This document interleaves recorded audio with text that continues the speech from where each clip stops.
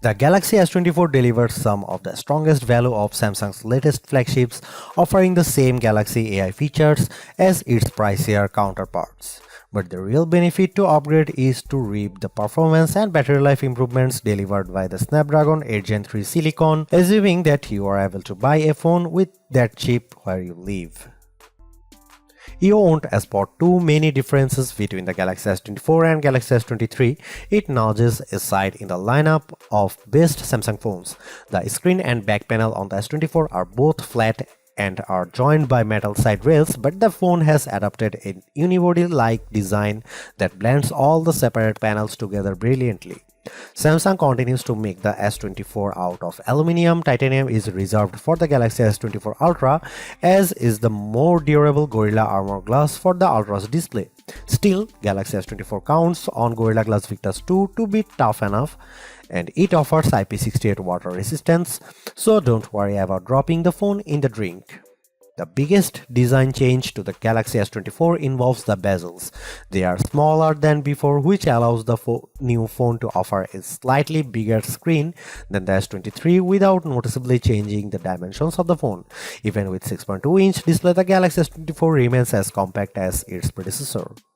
I wish I could get excited about the Galaxy S24 color options, which strike me as a bit muted.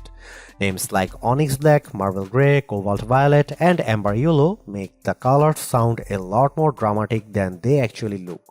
I would suggest heading to Samsung's online store, where exclusive options in blue, orange, and green at least add some variety to your choice.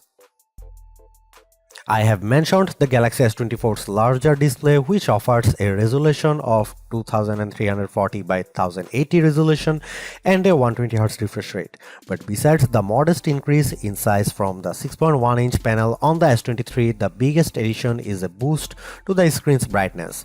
Like the rest of the new lineup, the Galaxy S24 promises a maximum brightness of 2600 nits. I have to say our lab testing didn't come close to the theoretical maximum, which was probably achieved under very controlled circumstances. Still, the 1416 nits it reaches using a light meter and with HDR enabled is nothing to sneeze at. It improves upon the Galaxy S23's 1340 nit reading and was in line with the iPhone 15's 1400 nit result. I found I had to keep the display brightness slider rather high to see the screen details under less favorable lighting conditions, but at least the S24 has the capability in its toolkit. A trailer for the Ministry of Our Gentlemanly Warfare on YouTube looked pretty dark in some scenes, though I suspect that's a Guy Ritchie problem and not a Samsung one. Streaming Under Pressure on Netflix produced bright, crisp images of the US women's soccer team in action.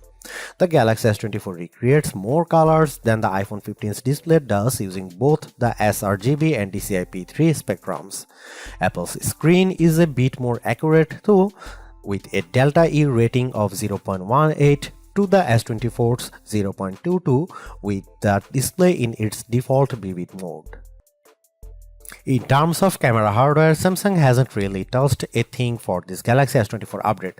The 50MP main camera, 12MP ultra-wide shooter and 10MP telephoto lens with 3x optical zoom are exactly what you would find on the Galaxy S23. Even aperture and sensor sizes remain the same. In one sense, that shouldn't matter as the Galaxy S23 was already one of the best camera phones, so you'd imagine that the Galaxy S24 should be just fine on the camera front. And that's before we get to some of the AI enhanced features Samsung has added to the S24 lineup. The trouble is Samsung's competitors have not stood still since last year. Now you can guys see some photo sample of Galaxy S24 and some comparison between S23 and S24 and iPhone 15.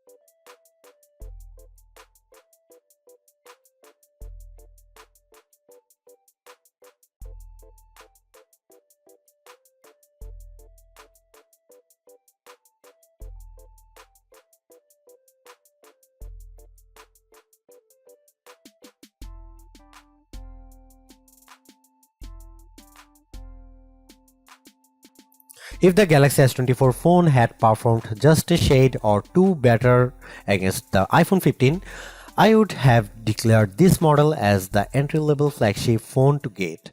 As it stands, this is still one of the best base model Galaxy S phones I have ever used, delivering a lot of value for $800.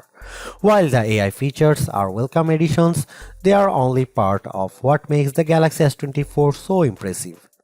It's the bigger, brighter screen, longer lasting battery and stellar performance that make the phone device well worth getting, with Galaxy AI a nice add-on.